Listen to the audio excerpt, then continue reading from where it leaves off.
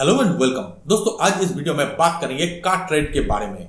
CarTrade करता क्या है, इस कंपनी का बिजनेस कैसा है, ये कंपनी बिजनेस किस तरीके से करते हैं, ये कंपनी किस तरीके से अपना रेवेन्यू जनरेट करते हैं, और तो और इस कंपनी के आईपीओ में अगर आपके द्वारा इन्वेस्ट किया गया है तो उसके रिटर्न क्या मिलने वाला है, और जब यह कंपनी शेयर मार्केट में आ जाएगा तब इस कंपनी का पोर्टफोलियो क्या होने वाला है। इन्हीं सारी चीजों को इस वीडियो में मैं डिस्कस करूंगा। तो मैं हूं आपका दोस्त अतुल, आप देख रहे हैं दास गाइड यूट्यूब चैनल। चलिए जान लेते हैं।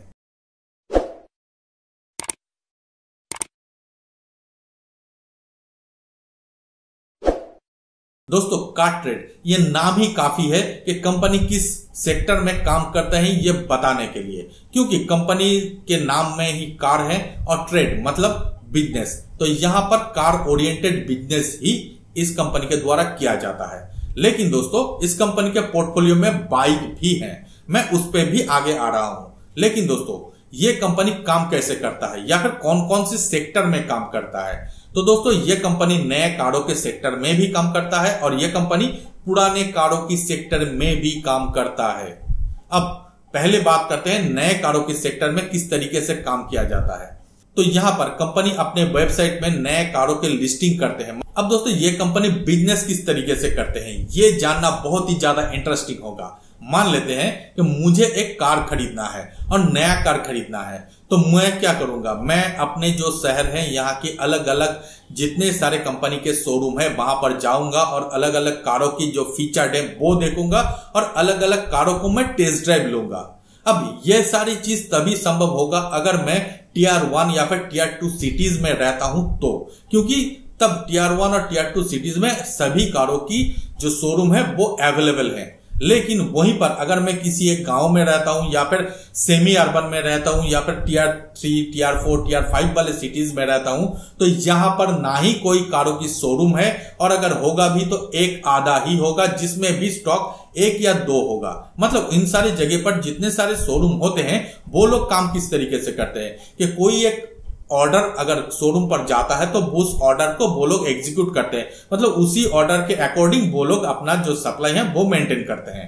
लेकिन दोस्तों, हम ये काम कर सकते हैं कि कार्ट्रेड जैसे जितने सारे शॉपिंग पोर्टल हैं या फिर जितने सारे डिजिटल प्लेटफॉर्म हैं वहां पर जाकर अलग अलग कारों की जितने सारे स्पेसिफिकेशन है वो सभी के सभी एक ही जगह पर हम लोग चेक कर सकते हैं। इसके अलावा अलग अलग कंपनी के कारों के बीच भी हम लोग जो मतलब है उसको हम लोग चेक कर सकते हैं, कंपैरिजन कर सकते हैं। तो इन सारी चीजों को करना हमारे लिए बहुत ही ज्यादा आसान हो जाते हैं कार्ट्रेड जैसे प्लेटफॉर्म के चलते, और यहीं पर हम लोग डिसाइड कर लेते हैं कि कौन सा कार मेरे लिए सुइटेबल होगा।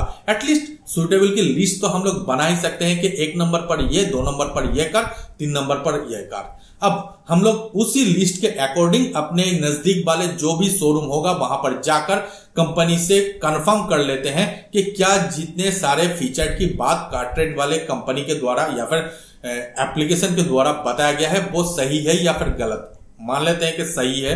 अब हम लोग करते क्या है कि उस कार की एक टेस्ट ड्राइव ले लेते हैं। टेस्ट ड्राइव ले लिया, हमने कार खरीद लिया, मतलब फिर हम जाकर कार खरीदने की बातचीत कंप्लीट कर लेते हैं। तो हम लोगों को क्या कि हम लोग एक जगह पर ही जाकर अलग अलग कंपनी के कार को एक ही साथ कंपेयर कर सकते हैं। अलग अलग कंपनी के कार को एक ही साथ हम लोग जितने सारे फीचर्ड हैं, प्रोज एंड कॉन्स, सब कुछ ही एक जगह पर जान सकते हैं। और इससे कार्ट्रेड कंपनी को फायदा क्या है कि हम जब किसी एक कार को फाइंड कर रहे हैं या फिर किसी एक प्रोडक्ट के बारे में सर्च कर रहे हैं तो उस कंपनी को, मतलब अगर हम लोग मारुति स्विफ्ट की ही बात करें कि हम लोग मारुति स्विफ्ट के बारे में सर्चिंग कर रहे हैं, तो कार्ट्रेड में जब हम सर्चिंग कर रहे हैं तो उसके एक लिंक ऑटोमेटिकली जनरेट करके मारुति को पास भेज दिया जाता है। मतलब मारुति के पास एक कार की जो इंक्वायरी है वो आया है कार्ट्रेड के थ्रू, ये बातें उनके पास क्लियर हो जाते हैं और इसी से वो लोग एक रेवेन्यू कमाते हैं। तो इसी तरीके से कंपनी फर्स्ट हैंड कारों में काम करते हैं।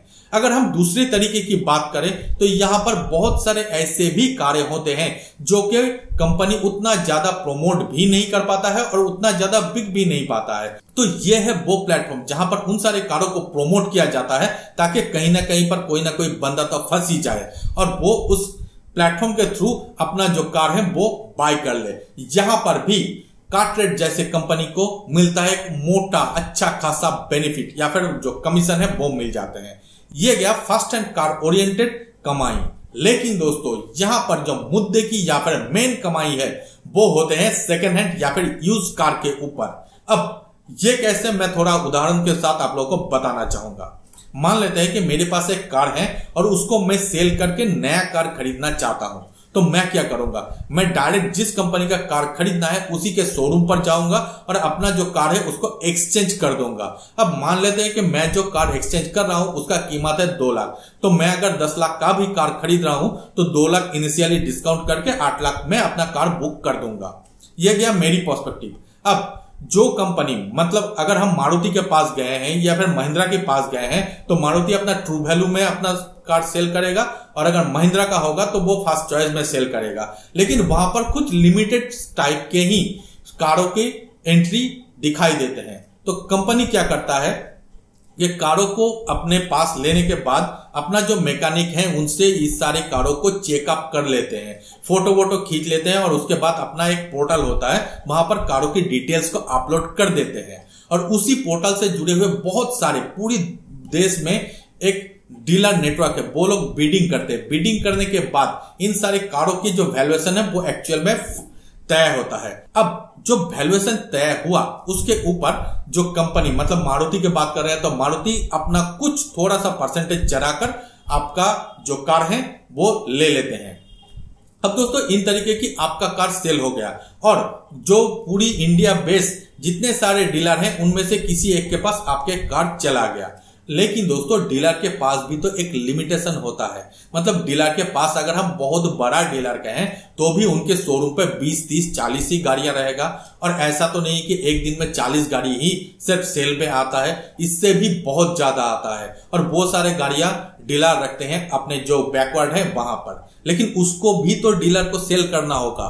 और यहीं पर कार्टरेट जैसे कंपनी सामने आता है, मतलब डीलर के पास जितने सारे इन्वेंट्री ऑलरेडी आ गए हैं इन सभी को लिस्टिंग कर देते हैं कार्टरेट जैसे जितने सारे प्लेटफॉर्म है वहां पर। और कोई भी बंदा उस प्लेटफॉर्म के यूज करते हुए गाड़ी बुक करते हैं तो यहां पर अच्छा खासा एक मुनाफा कार्टरेट जैसे कंपनी को दिया जाता है डीलर के थ्रू, और ये बहुत ही ज्यादा मोटा मुनाफा हम लोग कह सकते हैं।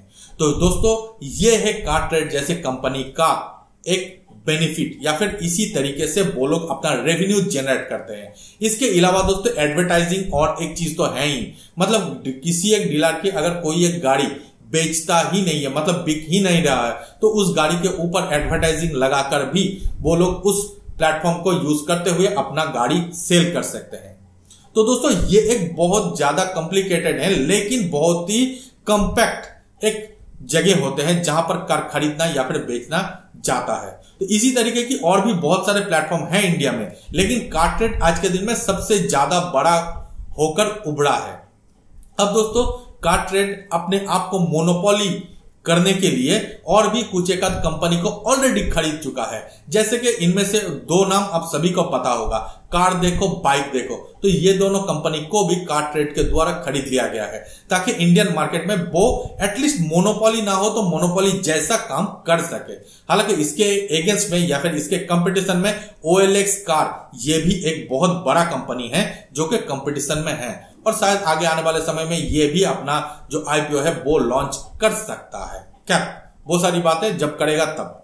अब इस कंपनी के साथ फाइनेंशियल की अगर हम बात करें तो ये भी बहुत अच्छा है। किस तरीके से मैं आप लोगों को बता दूं तो दोस्तों कार्टरेट कंपनी में जो प्रोमोटर होल्डिंग है वो किसी एक इंडिविजुअल के पास नहीं है। यहां पर 4 या 5 सबसे बड़े प्रोमोटर है जिन लोगों के पास अलग अलग तरीके की अच्छा खासा प्रोमोटिंग होल्डिंग है, और यही चीज कंपनी को बहुत बेहतर बनाते हैं क्योंकि किसी एक पर्सन के पास अगर प्रोमोटर होल्डिंग होते हैं तो उसमें कम या फिर खराब या फिर गलत डिसीजन की बात आ सकता है, लेकिन वहीं पर अगर 4 या 5 बंदे के पास या फिर 4 या 5 कंपनी के पास प्रोमोटर होल्डिंग होते हैं तो एक अच्छा खासा डिसीजन आगे भी लिया जाएगा, ऐसा बातें सोचा जा सकता है। अब दोस्तों बात करते हैं IPO से जुड़े हुए, मतलब कार्टरेट के IPO में अगर किसी के द्वारा इन्वेस्ट किया गया है तो उन लोगों को क्या मिल सकता है। तो तो जब तक आप लोग ये वीडियो देखोगे तब तक आईपीओ बंद हो जाएगा। लेकिन अगर आप में से किसी ने भी इन्वेस्ट किए हैं तो जरूर आप लोगों को गेन मिलेगा। अब दोस्तों गेन कितना मिलेगा, अब यहां पर अगर मिनिमम से मिनिमम की बात भी मैं करूं तो भी 20 से 30% की गेन आप लोगों को मिल जाएगा। और दोस्तों ये गेन मिलने में आप लोगों को टाइम कितना देना होगा, मैक्सिमम 1 से 1.5 हफ्ता। तो मान के चलिए कि 2 हफ्ता, तो 2 हफ्ते के बीच में अगर किसी को 20% की गेन मिलता है तो ये not a matter of joke हम कह सकते हैं। तो इसीलिए अगर किसी ने इस कंपनी के स्टॉक में, मतलब किसी ने इस कंपनी के आईपीओ में ऑलरेडी इन्वेस्ट कर दिए हैं तो वो अच्छा किए हैं। अब जब ये कंपनी के आईपीओ बैकली में स्टॉक में कन्वर्ट हो जाएगा और सेकेंडरी मार्केट में आ जाएगा तब इस कंपनी में क्या हो सकता है। दोस्तों अभी के जो सिचुएशन है इसको देखते हुए मुझे लगता है कि ये कंपनी के स्टॉक आगे भी ऊपर ही जाएगा। अब दोस्तों जब ये सेकेंडरी मार्केट में लॉन्च होता है आने के बाद ही एक्चुअल में हम लोग बता सकते हैं कि बाकी में इसमें कितना और पोटेंशियल है। लेकिन जो सिनेरियो आज तक बनते हुए आ रहे हैं इन सभी को देखते हुए मुझे लगता है कि ये स्टॉक आगे भी बहुत अच्छा परफॉर्म कर सकता है। और दोस्तों इसके पीछे छोटी सी और एक कारण वो ये कि इंडिया में आज के दिन में बहुत ही ज्यादा गाड़ियों की मार्केट चल रहा है और कोविड चलते हुए सभी लोग चाहते हैं कि उनके पास पर्सनल कार हो या फिर पर्सनल बाइक एटलीस्ट हो। और जब कोई एक प्रोडक्ट खरीदा जाता है और ये प्रोडक्ट 15 साल में या फिर 5 साल 10 साल में तो खराब नहीं होने वाला है तो इसको वो लोग सेल करके नया लेंगे, क्योंकि आदमी का जो या फिर जो ह्यूमन बींग्स है इन सभी का टेस्ट बदलते ही रहता है टाइम टू टाइम। तो उन सारी चीजों को सेल करना होगा। सेल जब भी किया जाएगा तब इन तरीके की जितने सारे प्लेटफॉर्म है इन सभी के बिजनेस में भी ग्रोथ दिखाई देगा। तो यही सारी चीजें हैं जो कि कार ट्रेड के ओरिएंट मुझे बताना था आप लोगों को। मुझे लगता है कि ये सारी इंफॉर्मेशन आप लोगों को काफी हेल्पफुल लगा होगा। अगर अच्छा लगे तो आप हमारे वीडियो को लाइक कर दीजिए, अपने दोस्तों के साथ इसको शेयर कर दीजिए और हमें चैनल को सब्सक्राइब जरूर कीजिए। मिलते हैं अगले वीडियो में, तब तक के लिए धन्यवाद।